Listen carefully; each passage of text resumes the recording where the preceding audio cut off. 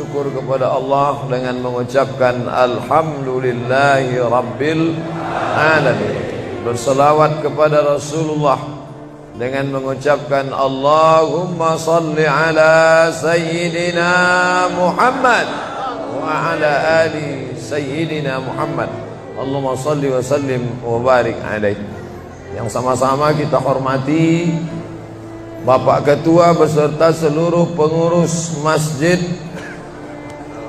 Al-Qalam, hadirin hadirat, muslimin muslimat, alim ulama, cerdik pandai, tokoh masyarakat. InsyaAllah kita semua dimuliakan Allah Subhanahu wa ta'ala. Amin ya rabbal alamin. Judul kita subuh ini sebagaimana tertulis, untuk apa kita hidup. Itulah agaknya yang dibicarakan ibu-ibu di atas sampai ribut betul. Untuk apa kita ini hidup? Pertanyaan ini tidak bisa dijawab oleh akal manusia. Makanya Sokrates, seorang filosof dulu Yunani, berkata, untuk menjawab mengapa kita hidup, perlu hidup 500 tahun lamanya. Tak cukup umur. Mau pikir untuk apa kita hidup. Sampai akhirnya karena tidak sanggup akal itu menjawab, maka diutuslah Nabi Muhammad sallallahu alaihi wasallam. Mata saya hanya bisa melihat apa yang ada dalam masjid ini saja. Saya tak tahu berapa banyak jamaah di luar. Maka karena mata ini terbatas, saya ini manusia yang lemah. Telinga juga hanya bisa mendengar apa yang dibicarakan sekeliling dan atas saja. Apa yang dibicarakan orang di luar sana saya tak tahu. Maka saya manusia yang lemah. Akal juga begitu, tidak bisa menangkap saya ini habis mati nanti mau kemana. Maka saya manusia lemah. Allah Maha tahu, maka dia kirimlah salah satu makhluknya ingin menjelaskan kau untuk apa, sedang di mana dan akan kemana. Dan makhluk itu bernama Nabi Muhammad sallallahu alaihi wasallam. Untuk apa hidup? Langsung dijawab, wa ma khalaqtul jinna wal insa illa liya'budun. Tidak ada makhluk yang kuciptakan, baik jin maupun manusia, kecuali untuk beribadah. Cara beribadahnya bagaimana? Langsung dijawab, wa ma arsalnaka illa rahmatan lil alamin. Bagaimana cara perbuatannya? Langsung dijawab, laqad kana lakum fi rasulillahi uswatun hasanah. Maka Al-Quran itu menjawab pertanyaan-pertanyaan. Yas'alunaka 'anil mahid, mereka bertanya kepadamu tentang perempuan haid. Qul huwa adza, katakan itu kotor, tidak baik. Yas'alunaka 'anil yatama, mereka bertanya kepadamu tentang anak yatim. Yas'alunaka 'anil khamri wal maisir, mereka bertanya kepadamu tentang khamar dan judi. Yas'alunaka madza yunfiqun, mereka bertanya kepadamu apa yang mesti mereka sedekahkan. Yas'alunaka 'anil ruh, mereka bertanya kepadamu tentang ruh. Qulir ruhu min amri rabbi, katakan ruh urusan Allah Subhanahu wa ta'ala. Wa ma utitum minal ilmi illa qalila, tidaklah kamu diberi pengetahuan tentang itu melainkan hanya sedikit saja. Jadi Al-Quran menjawab berbagai pertanyaan yang tak dapat dijawab oleh survei, tak dapat dijawab oleh lembaga penelitian riset. Dia menjawab apa yang tak bisa dijawab akal manusia. Pepatah Melayu berkata, kalau galah panjang sejengkal, jangan laut hendak diduga. Galah artinya bambu. Orang kalau naik rakit bambu mesti ditanamkan ke dalam sungai. Kalau panjangnya cuma sejengkal, jangan laut hendak diduga. Itulah orang yang terlalu memaksakan akalnya, akhirnya ngomong sendiri dan senyum sendiri. Akhir puncak daripada akal adalah ngomong sendiri, senyum sendiri. Angkot lewat pun dia senyum. Na'udzubillah. Oleh sebab itu kita yang sangat rendah, hina ini mengaku lemah. Aku berserah kepada Engkau ya Allah. Berserah itu bahasa Arabnya istislam. Makanya kita ini tadi mengaku di hadapan Allah hanifan musliman. Aku condong kepada kebenaran, musliman, dan aku hanya berserah diri kepada Engkau ya Allah ya Rabbal Alamin. Makanya apa kata Allah kita ikut. Padahal ini akhir pekan, weekend, maunya santai, tapi kita ikut apa kata Allah Subhanahu wa taala. Bangun subuh ikut. Padahal ini mestinya santai di rumah, tidur-tiduran, membalaskan sakit hati hari Senin, hari Selasa, hari Rabu, hari Kamis, hari Jumat. Ini hari Sabtu, tapi justru hari Sabtu bersusah payah, berdingin-dingin di luar. Bahkan kabarnya jam 3 sudah ada yang datang ke masjid ini. Bahkan ada yang mabit di samping danau. Bayangkan itu.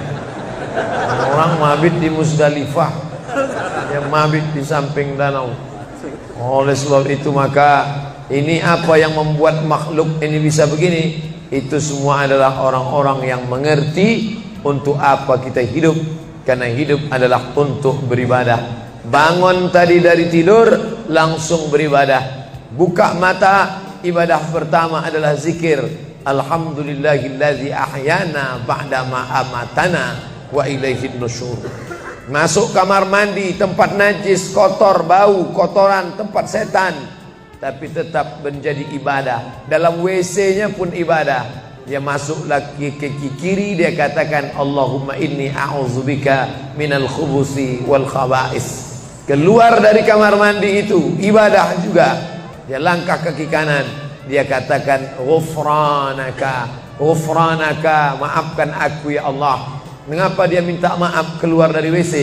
Karena selama di WC dia tidak menyebut Allah. Lidah yang diciptakan untuk beribadah, selama di dalam tidak beribadah, maka ibadah di dalam WC hanya hatinya saja berzikir.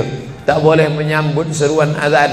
Terdengar suara azan masuk ke WC, Allahu Akbar, Allahu Akbar, Allahu Akbar. Oh, tak boleh. Tak boleh mengucapkan salam. Assalamualaikum, Nabi diam. Assalamualaikum, Nabi diam. 3 kali diucap, Nabi diam.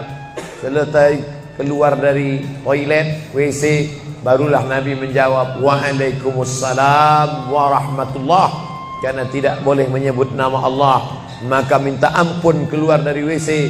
Karena lidah yang semestinya dipakai untuk menyebutmu ya Allah, berzikir mengingatmu ya Allah, tadi tak kupakai selama beberapa menit di dalam. Maka dia katakan ghufranaka. Lalu kemudian melihat wajah di cermin, mana tahu ada kotoran di mata. Jangan sampai kita berjumpa sama orang di masjid, orang senyum, kita senyum, yang disenyumkan orang kita. Maka lihat dulu baik-baik. Maka ketika melihat wajah, dia pun menjadi ibadah. Allahumma kama hassanta khalqi fahassin khuluqi. Sebagaimana kalau kau sudah perbaiki bentuk ciptaanku ini menjadi sempurna, maka perbaikilah akhlakku ya Allah. Lalu setelah itu berangkat dari rumah menuju masjid, beribadah juga. Bismillahi tawakkaltu ala Allah, la haula wala quwata illa billah. Setiap langkah kaki ke Masjid Al-Qalam ini bernilai 1 langkah menghapus dosa. Langkah kedua mengangkat derajat. Langkah ketiga menghapus dosa. Langkah keempat mengangkat derajat. Tidak tanggung-tanggung, derajatnya diangkat Allah. Siapa yang duluan datang langsung dapat di depan. Tapi ada orang terlambat tetap tinggi juga derajatnya. Mana dia? Ini yang di atas. Siapa bilang perempuan direndahkan, dihinakan? Perempuan dimuliakan. Mana contoh perempuan dimuliakan? Kalau mau tahu, datanglah ke Masjid Al-Qalam. Perempuan dimuliakan. Bapak Ibu yang dimuliakan Allah, masuk ke dalam masjid, langkah kaki kanan, Allahumma inni as'aluka min fadlik. Itu doa nanti keluar. Tapi ketika akan masuk, apa doanya?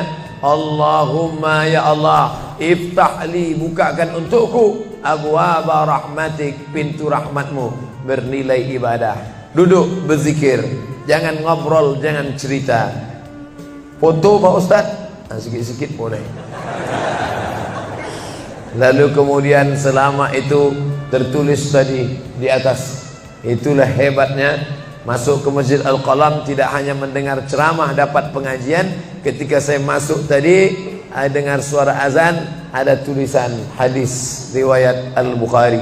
Siapa yang mendengar seruan azan lalu menyambut seperti bunyi yang diucapkan muazzin, kecuali pada hayya 'alas shalah, hayya 'alal falah, dia baca la haula wala quwata illa billah, ditutup dengan doa wasilah. Allahumma rabb hadhihi ad-da'wati tammah was-salatil qa'imah, dimintakan untuk Nabi Muhammad, ati sayyidina Muhammadanil wasilah wal fadilah wasyarafa wad darajatal aliyatar rafi'ah. Yang kelima, wa ba'athallahumma maqaman mahmuda alladzi wa'adtah innaka la tukhliful mi'ad. Maka kata Nabi, halat laku syafaati yaumal qiyamah, layaklah dia mendapat syafaatku hari kiamat. Makanya selama duduk di depan tadi, tak ada satupun yang ngobrol, semuanya menyambut seruan azan. Allahu Akbar, Allahu Akbar, Allahu Akbar, Allahu Akbar. Ada kawan sebelah ngajak ngobrol, gimana bro program mancing kita? Allahu Akbar, Allahu Akbar. Nah, ini cerita tak tentu arah. Ini kita sedang beribadah kepada Allah Subhanahu wa ta'ala. Lalu kemudian selesai azan, salat sunat yang balasan pahalanya khairum minad dunya wa ma fiha, lebih baik daripada dunia dan seisinya. Apa itu? Qabliyah subuh. Sampai-sampai andai terlambat qabliyah subuh, tetap boleh dilaksanakan setelah subuh. Habis salat subuh barulah dilaksanakan qabliyah subuh. Tapi kalau sudah sama-sama ngaji, tapi kalau nanti pulang kampung, justru sekarang orang di kota ngaji, di kampung tidak ngaji. Zaman dulu di kampung ngaji, di kota tidak ngaji. Sekarang dunia sudah mau kiamat. Di kampung orang ngaji, di kampung orang tidak ngaji. Kenapa? Parabola masuk desa. Oleh sebab itu, maka kalau di kampung itu tidak ada pengajian, mereka tidak tahu bahwa qabliyah subuh diganti setelah subuh. Nanti pas mau bulan puasa pulang kampung, jangan qabliyah subuh setelah subuh. Karena nanti begitu mereka lihat, loh apa tuh? Sejak tinggal di Bekasi ikut aliran sesat. Dan dia tidak tahu bahwa sholat qabliyah subuh itu jangan sampai tinggal. Andai tertinggal, tetap dilaksanakan setelah sholat subuh. Ayatnya diatur. Ayat pertama, qul ya ayyuhal kafirun. Ayat yang kedua, qul huwallahu ahad, Allahu samad, lam yalid wa lam yulad wa lam yakul lahu kufuwan ahad. Andai masuk ke dalam masjid, kebetulan jamnya langsung nampak kelihatan, iqamat tinggal 2 menit lagi, iqamat 2 menit, tak mungkin sholat 4 rakaat. Pilihannya tahiyatul masjid atau qabliyah, qabliyah atau tahiyatul masjid. Kalau melaksanakan tahiyatul masjid tidak dapat qabliyah. Tapi kalau melaksanakan qabliyah, automatically dapat tahiyatul masjid. Oleh sebab itu, andai terlambat, waktu tinggal 2 menit, maka laksanakanlah qabliyah subuh. Tapi jangan gara-gara ini terlambat terus. Yang paling afdal cepat datang. Apa kata jamaah? Yang lambat kan ustaz, kami cepat datang.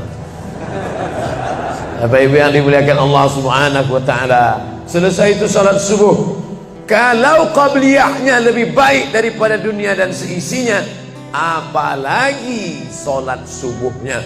Begitulah. Kalau qabliyahnya saja yang pendek ayatnya lebih baik daripada dunia dan seisinya, apalagi salat subuhnya.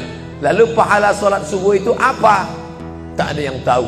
Makanya kata Nabi, lau ya'lamuna ma fil atamati was subhi, andai mereka tahu pahala salat subuh berjamaah, la atauhuma habwan, mereka akan datang ke Masjid Al-Qalam walaupun merangkak, habwan, lumpuh, sakit kakinya, dia akan datang. Kursi roda tak ada, yang mendorong tak ada, datang dia ke masjid ini walaupun merangkak. Kenapa mereka tidak datang? Karena mereka tidak tahu. Kenapa mereka tidak tahu? Karena mereka memang tidak cari tahu dan tak mau tahu. Dan sampai masanya mereka nanti akan menyesal saat melihat orang-orang mendapatkan balasan muttaqiina fiha 'alal araik, mereka duduk di atas kursi-kursi istana surga, tersenyum melihat orang-orang yang dulu tak peduli pada sholat subuh. Mudah-mudahan kita semua istiqomah insyaallah. Jadi Ustadz, kalau hidup ini cuma untuk ibadah, sholat, masjid, baca Quran, zikir, gimana kami mau mencari nafkah? Gimana kami mau buka ruko? Gimana kami mau bisnis? Gimana kami mau tanam kelapa sawit? Gimana kami mau proyek batubara? Gimana kami mau ternak ikan? Ini mesti dipahami bahwa ibadah itu dibagi dua. Satu namanya ibadah mahdah, pure, original, murni, tidak bercampur dengan apa-apa. Yang satu lagi tidak ibadah tapi bernilai. Nah, ini mesti dipahami. Bapak yang masuk kantor dari jam 8 pagi sampai jam 4 sore itu ibadah. Karena kalau itu tidak ibadah, habislah waktu kita. Makanya yang bekerja niatkan ibadah. Sehingga kalau istrinya nanya, "Mas kok lama pulang?" Ibadah nih, Pak. Tapi jangan gara-gara ini di kantor itu ibadah, lalu ketika azan di masjid kantor berkumandang, hayya 'alas shalah, dia terus ngetik, mas, ayo ke masjid. Enggak, ini pun juga ibadah. Kau ibadah aja ke sana, aku ibadah di sini. Itu juga enggak benar. Karena ibadah itu dibagi dua. Satu yang murni, pure, tidak bercampur dengan apapun, namanya ibadah mahdah. Salat, baca Quran, zikir, iktikaf. Tapi ada satu lagi tidak ibadah, tapi kalau diniatkan dia bernilai ibadah. Termasuk ibu-ibu yang hamil 9 bulan 10 hari itu ibadah. Kalaulah 9 bulan 10 hari itu tidak ibadah, betapa tidak adilnya Allah. Masa kita yang duduk-duduk di masjid dapat pahala ibadah, dia yang muntahnya, yang ngidapnya tak dapat ibadah. Tadi malam begitu sampai di airport langsung SMS masuk, Ustadz keluar dari pintu berapa? Ini ada perempuan ngidam mau ketemu. Saya keluar dari pintu 4, kami sudah standby di pintu 4. Lantai berapa? Lantai paling atas. Oke, sampai di sana lihat perempuan tidak pakai jilbab, pakai celana jeans. Saya udah mau marah. Ini kenapa? Mohon maaf Pak Ustaz, non muslim. Astagfirullah. Rupanya non muslim hamil ngidam mau jumpa Ustaz Somad. Mudah-mudahan anaknya jadi anak soleh. Biasa. Allahu Akbar. Bernilai ibadah. Lalu yang dapat pahala dari itu siapa? Dari mana ibu-ibu hamil muda itu tahu saya? Kenal saya di mana? Padahal dia dari Jawa, saya dari Sumatera. Ternyata ada orang beribadah yang tidak kita sangka ibadah. Tidak ada rukun, tidak ada syarat, tidak ada wajib, tidak ada sunat, tidak ada makruh, tidak ada mubah. Apa ibadahnya? Ya ini, merekam ceramah ini. Merekam ceramah ini ibadah. Memoto itu ibadah. Bayangkan resiko tukang foto. Saya sampai sekarang tukang foto itu resikonya nanti setelah tua matanya gini.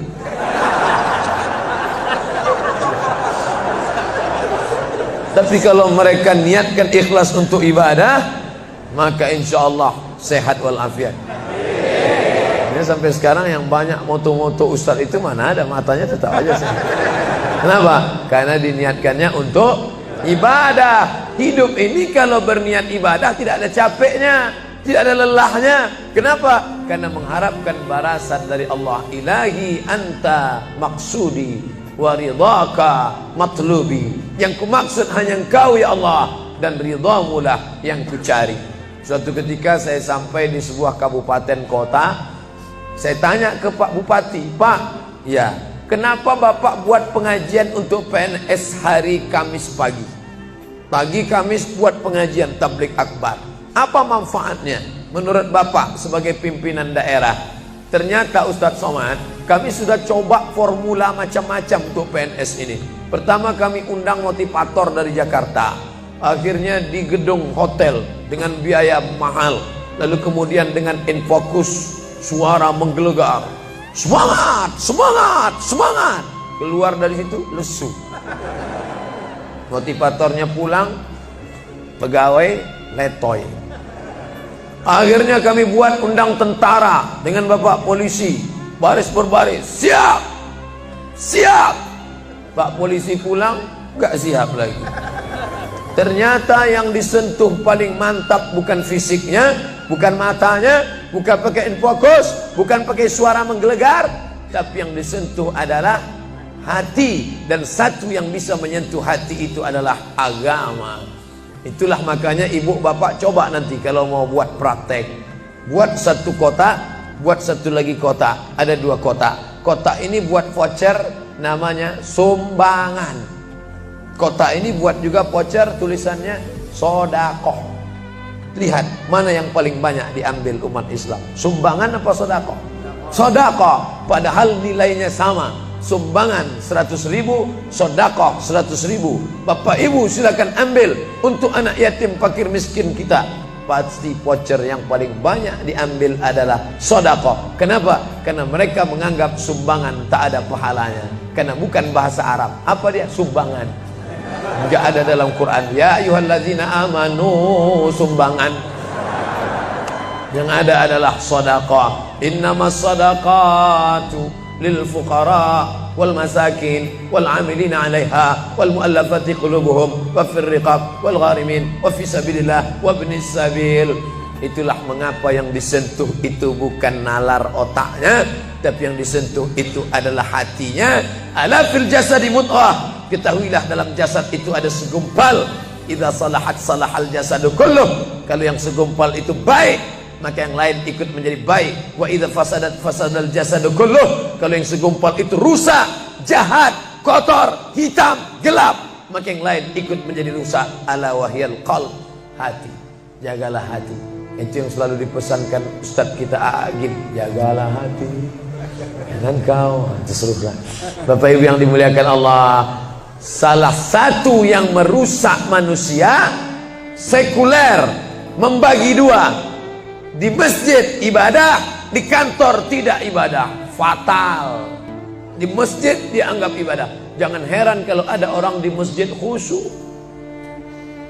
takut nengok ke atas, melihat hanya tempat sujud saja. Allahu Akbar, tidak mau lihat ke atas. Kenapa? Dia khusyuk. Tapi di kantor dia lebih setan daripada setan.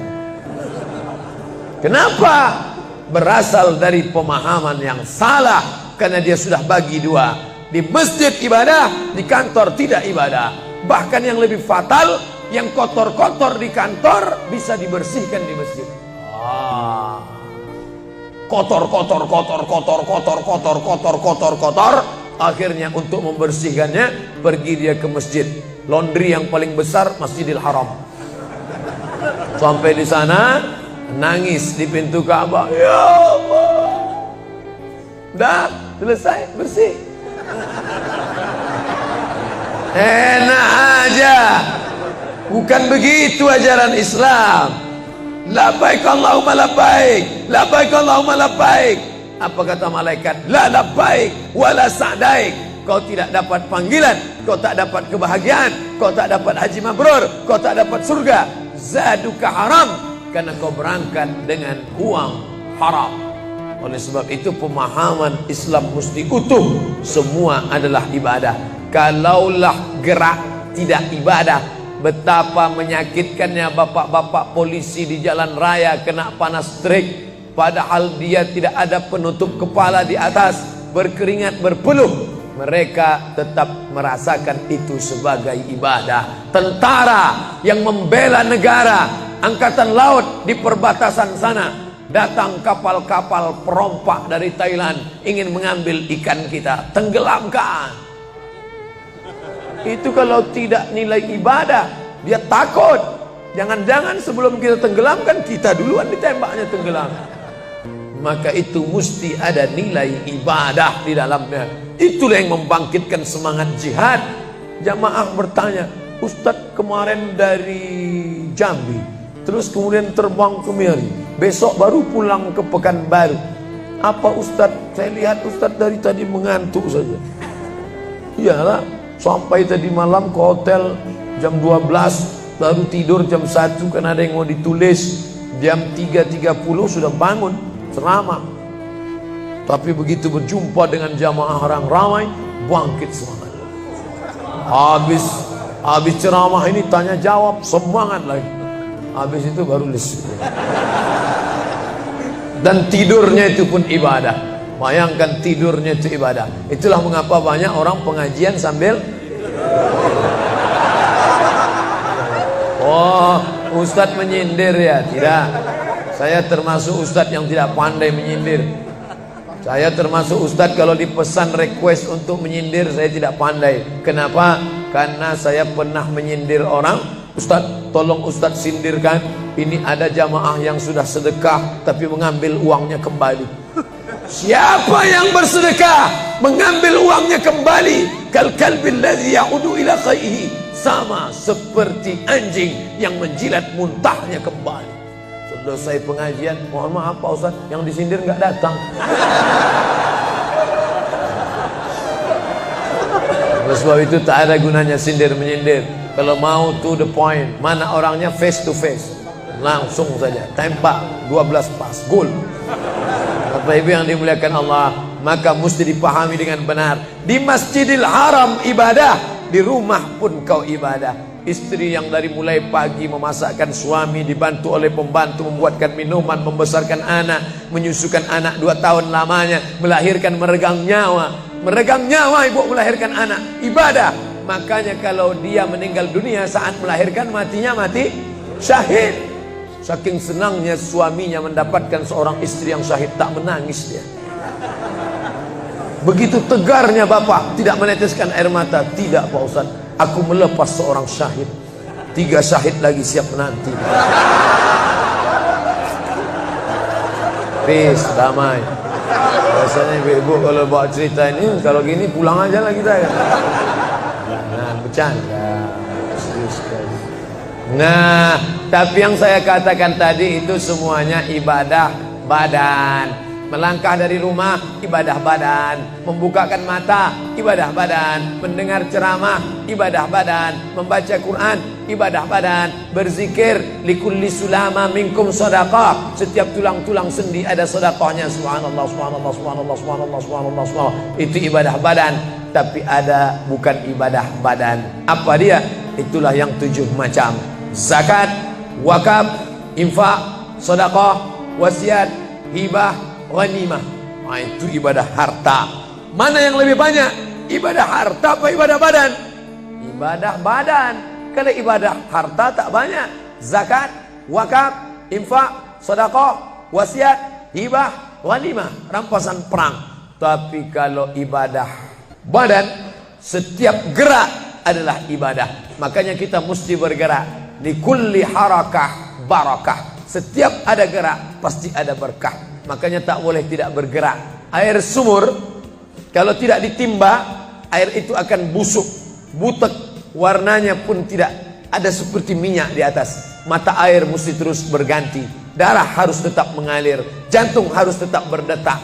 Makanya jangan pernah kosong dari aktivitas. Fa idza farata fansab. Selesai dari satu ibadah, pindah ibadah lain. Selesai ibadah tegak, pindah ibadah ruku. Habis ibadah ruku, pindah ibadah tegak. Habis ibadah tegak, pindah ibadah sujud. Habis ibadah sujud, pindah antara 2 sujud. Selesai sudah salat, lalu kemudian puasa. Selesai puasa, lalu kemudian berzakat. Selesai zakat, lalu kemudian mengitari Ka'bah. Subhanallah walhamdulillah wa la ilaha illallah wallahu akbar. Selesai itu melontar jumrah. Selesai itu menggunting rambut. Selesai itu berzikir.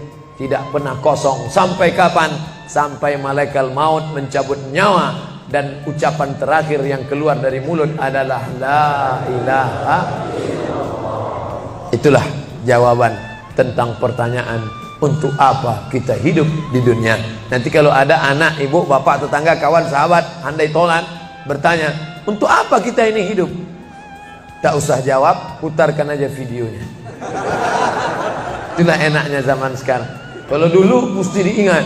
Saya dulu pulang sholat Jumat, mak saya manggil, sini ya mak, ceritakan apa isi khutbah khotib tadi di masjid. Gini. Itulah awal saya ceramah. Jadi saya paham mengapa saya menjadi ceramah sekarang. Dan saya tidak pernah merasa menceramahi bapak ibu. Saya tidak pernah merasa mengguru-gurui. Saya hanya seperti seorang anak sedang bercerita pada ibunya saja. Tadi mak, kata khotib itu begini. Anak sekarang enggak. Apa kata khotib tadi? Ini MP3-nya.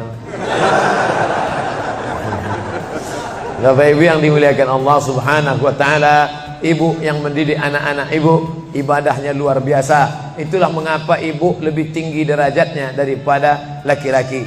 Ilzam rijlaiha, kau urus tapak kakinya, fathammal jannah, kau dapati surga di sana. Di bawah tapak kakinya surga, al jannatu surga, tahta di bawah aqdam kaki al ummahat, ibu-ibu. Kenapa begitu? Karena ibadah dia yang luar biasa, tidak bisa dilakukan oleh laki-laki. Salat kita bisa, puasa kita bisa, tawaf kita bisa, sa'i kita bisa, melontar jumrah kita bisa, tahallul kita bisa. Tapi ada yang kita tak bisa. Apa dia? Mengandung kita tak bisa. Siapa yang mau coba mengandung, keluar dari sini, ambil bola voli, ikat di perut. Melahirkan kita tak bisa. Siapa ingin coba melahirkan, keluar dari sini, telanlah jeruk bulat-bulat. Habis itu keluarkan bulat-bulat. Menyusukan kita tak bisa, dan itu ibadah. Tapi bukan ibadah mahdhah. Dia tidak selevel dengan salat, zakat, puasa, haji. Tapi ibadah ini berkualitas. Ibadah badan sudah, ibadah harta sudah. Ada ibadah yang terakhir, yang ketiga. Kalau ibadah badan berkeringat, lelah, capek. Ibadah harta, duit habis. Tapi ada ibadah satu lagi, tak nampak di mata. Apa dia? Ibadah hati. Itulah dia ikhlas. Orang yang ikhlas tak tampak. Ikhlas, ridha, qanaah, tawakal, zikir, muhasabah, muraqabah, tazkiyatun nafs, mensucikan hati dari penyakit hati, riya, sum'ah, takbur, sombong, hasad, busuk hati. Itu ibadah. Kenapa begitu? Disitulah letak adilnya Allah. Man bana masjidan, siapa yang bangun masjid, banallah mislahu baitan fil jannah, dibangunkan Allah untuknya satu istana di dalam surga. Bapak Ibu yang ikut membangun masjid ini, mudah-mudahan diberikan Allah Ta'ala balasan melimpah ruah. Kami nggak bisa Pak Ustaz, jangankan bangun masjid, buat rumah kami aja kami nggak bisa. Allah Maha Adil. Kalau kau tidak bisa dengan ibadah harta, maka engkau dengan ibadah tangan. Apa dia? Ikut gotong royong masjid. Nampak ada pembangunan masjid, ikut ngecornya, pasangnya. Tapi dengan syarat menyelesaikan masalah. Jangan buat masalah.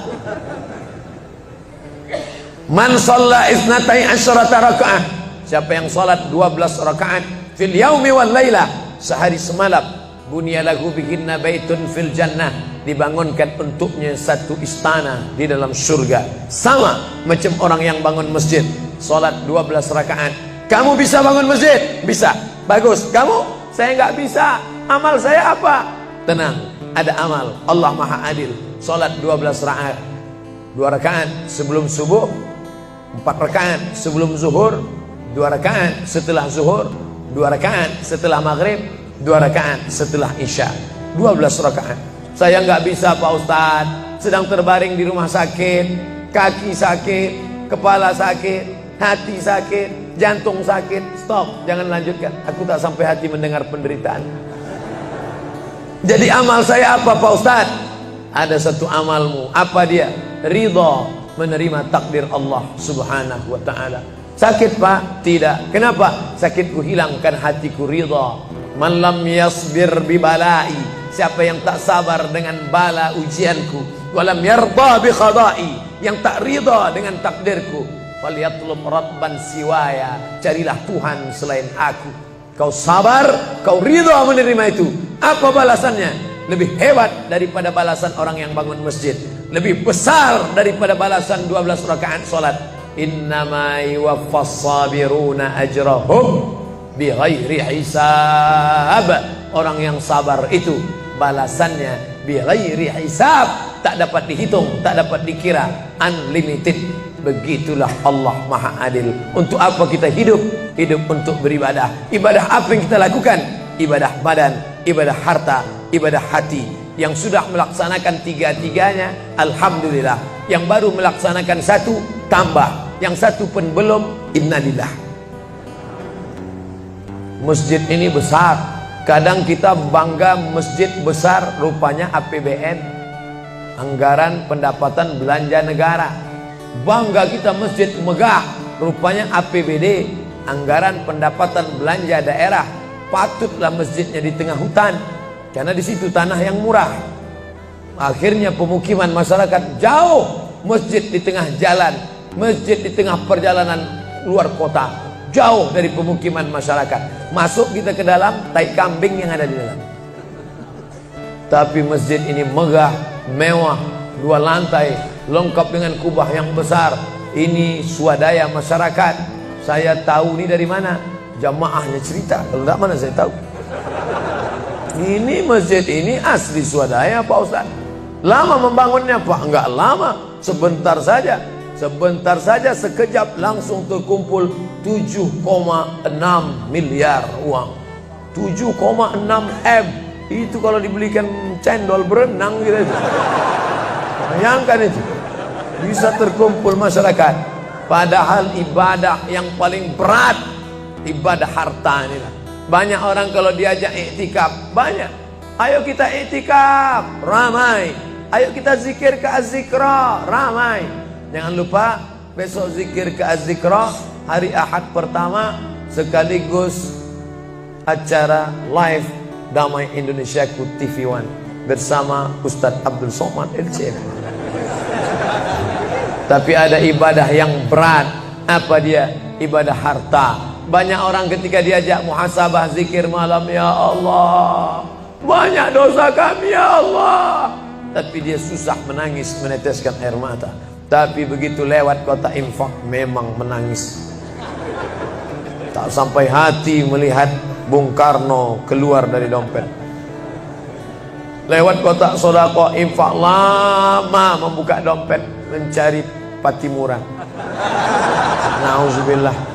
Mudah-mudahan kita tak termasuk golongan yang bakhil ini. Kenapa? Karena setan selalu asyaitan, setan ya'idukumul faqra, membisikkan kepakiran. Jangan beri, jangan beri, jangan beri, nanti kau susah, nanti anak kau tak makan, nanti kau dikeluarkan kerja, kau makan apa, nanti kau mau beli rumah, nanti kau mau beli tanah, nanti kau mau beli mobil, nanti kau mau beli cincin, nanti kau mau beli kamera, nanti kau mau ganti HP, uangmu tak ada. Setan selalu berbisik-bisik. Lawan setan itu. Qul a'udzu birabbin nas, malikin nas, ilahin nas, min syarril waswasil khannas, alladzi yuwaswisu fi sudurin nas, minal jinnati wan nas. Hanya saja kalau yang berbisik itu setan, kita baca ayat kursi, insya Allah dia kabur.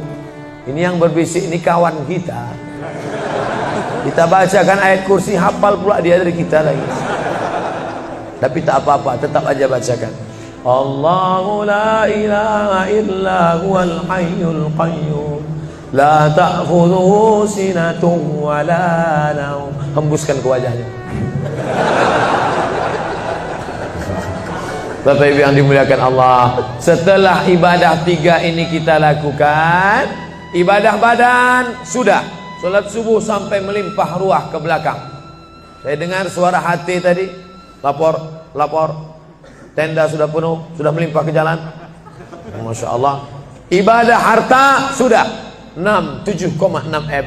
Ibadah hati sudah, sabar, ridha, qanaah, tawakal. Tapi jangan lupa, datang merusak yang 3 ini, perkelahian, merusak ukhuwah Islamiyah. Masjid yang besar, kalau sudah kelahi di dalamnya, tinggal kelahi, tak lagi ada persatuan. Masuk masjid bukan baca doa pintu masuk masjid, malah masuk masjid ngelihat kira-kira dia di mana ya. Oh dia di sana, gua di sini lah. Oh di sini, dia di sini. Sampai akhirnya suatu hari terlambat, lupa ngelihat. Allahu Akbar, rupanya dia di samping. Jangan kelahi.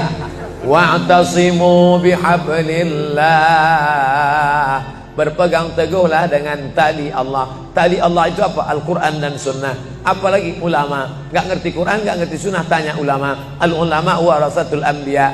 Wa'tasimu bihablillah, berpegang teguh dengan tali Allah. Wala tafarraqu, jangan berpecah belah.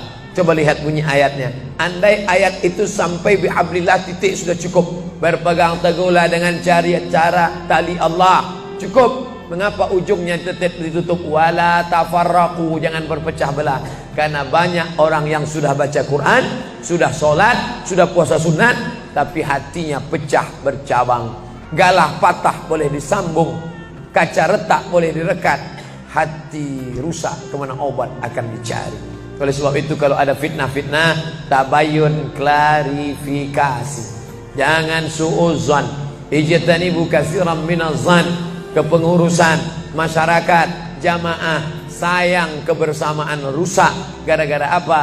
Gara-gara nila setitik rusak susu sebelanga. Gara-gara api di dalam sekam, ada kulit padi bertimbun, di dalamnya itu ada setitik api, tiba-tiba api menyala, akhirnya semua menjadi abu, dan abu dihembus angin, tak berkesan sama sekali. Hilang 3 ibadah. Ibadah badan hilang, ibadah harta hilang, ibadah hati hilang. Gara-gara apa? Berkelahi. Ingat, setan tak pernah berhenti. Inna syaitan, setan ya isa an ya'budahul musallun. Setan kalau sudah melihat orang sholat, dia tidak lagi goda mereka untuk menyembah, sembahlah aku, sembahlah aku, sembahlah aku, sembahlah aku. Tidak. Tapi apa yang dia lakukan? Walakin fit tahrish, menanamkan permusuhan ke dalam hati orang yang sholat. Kejaga ini. Jangan kita bertengkar gara-gara masalah khilafiyah. Saya kalau jadi imam di masjid dekat rumah saya jadi imam, saya baca kunut. Dan imam-imam dekat rumah saya itu saya pesan harus baca kunut, karena saya berpegang mazhab Syafi'i. Tapi ketika sholat di Masjid Al-Qalam, saya tidak tahu jamaah di sini pakai kunut apa tidak. Saya tidak ingin merusak kebiasaan mereka. Mana tahu mereka ikut mazhab Hambali, mana tahu mereka Muhammadiyah, saya tidak tahu. Maka ketika diminta jadi imam, Ustaz jadi imam, batuk. Saya tak mau merusak, biarlah imam tetap saja. Rupanya imam di Masjid Al-Qalam tidak baca kunut, ya saya tetap ikut sholat. Apakah perlu saya ulang sholat saya? Tidak. Sholat saya sah, karena apapun ormasmu, apapun mazhabmu, mau NU, mau Muhammadiyah, mau Perti, mau Persis, mau Al-Irsyad, mau Jamaah Tabligh, mau FPI, mau mazhab Hanafi, mazhab Maliki, mazhab Syafi'i, mazhab Hambali, semuanya sepakat sholat subuh itu wajib. Jadi yang wajib aja kita laksanakan. Adapun perbedaan teknisnya, yang satu pakai usolli, yang satu nggak pakai usolli, yang satu ngangkat tangannya ke telinga, yang satu ngangkat tangannya ke bahu, yang satu bismillahnya jahar, yang satu bismillahnya sir, yang satu ayatnya panjang, yang satu ayatnya pendek, yang satu pas mau turun sujud tangan duluan, yang satu lutut duluan, yang satu duduknya tapak kakinya duduk di tapak kaki kiri, yang satu duduknya langsung pantatnya ke lantai, yang satu telunjuknya ngangkat sekali, yang satu berkali-kali. Itu masalah teknis simple sederhana. Ada masalah yang lebih besar. Apa masalah kita yang lebih besar? Membeli tanah baru untuk buat sekolah Islam, membeli tanah baru, ruko baru untuk buat apa? 212 mat, kita mat. Orang Islam belanja di warung Islam. Alangkah indahnya, selesai acara sholat subuh bersama, pengajian bersama, selesai itu belanja beras minyak goreng bersama. Serbu. Sehingga bangkitlah ekonomi umat. Berapa pegawai bisa ditampung bekerja? Langsung membeli beras ke tempat-tempat tanaman masyarakat, sehingga mereka tidak menjadi korban rentenir. Musim menanam diulur, kasih pinjaman pupuk, pinjaman tanah. Masa musim manen ditarik, mereka menjadi korban rentenir lintah darat. Disedot darah mereka sampai kering dan mati. Kita selamatkan dengan apa? Dengan market. Masjid punya market. Saya beberapa kali meresmikan market punya masjid di Masjid Raya Batam, Masjid Agung Batam. Itu di bawahnya ada super mini market untuk menjamaah. Kemarin pulang dari Pulau Bintan, itu juga meresmikan di Dumai. Begitu juga. Ini 212 Mart. Terserah namanya apa. Ada 212 Mart, ada namanya Kita Mart, atau bisa juga buat Somart. Bisa. Bapak Ibu yang dimuliakan Allah Subhanahu wa taala, maka visi misi kita ke depan, jauh melihat ke depan. Kami harus punya pusat perbelanjaan komunitas muslim, kami harus punya komplek perumahan muslim. Ini semua yang akan menyelamatkan kita. Kalau sudah begitu, maka mengertilah untuk apa kita hidup. Dan setelah itu kita pun mati dalam keadaan tenang. Baru anak kita bisa berkata, mari kita antar jenazah almarhum Abdul Somad menuju tempat peristirahatan terakhir. Karena memang benar-benar istirahat. Tapi berapa banyak orang tidak istirahat, karena amal badan tak ada, amal harta tak ada, amal hati tak ada. Tak pernah memikirkan masjid, tak pernah memikirkan umat, tak pernah memikirkan belanja umat, tak pernah memikirkan pendidikan anak-anak umat. Akhirnya mati yang layak untuk dia. Mari kita antar dia menuju azab pertama, akan menyusul azab-azab berikutnya. Na'udzubillah.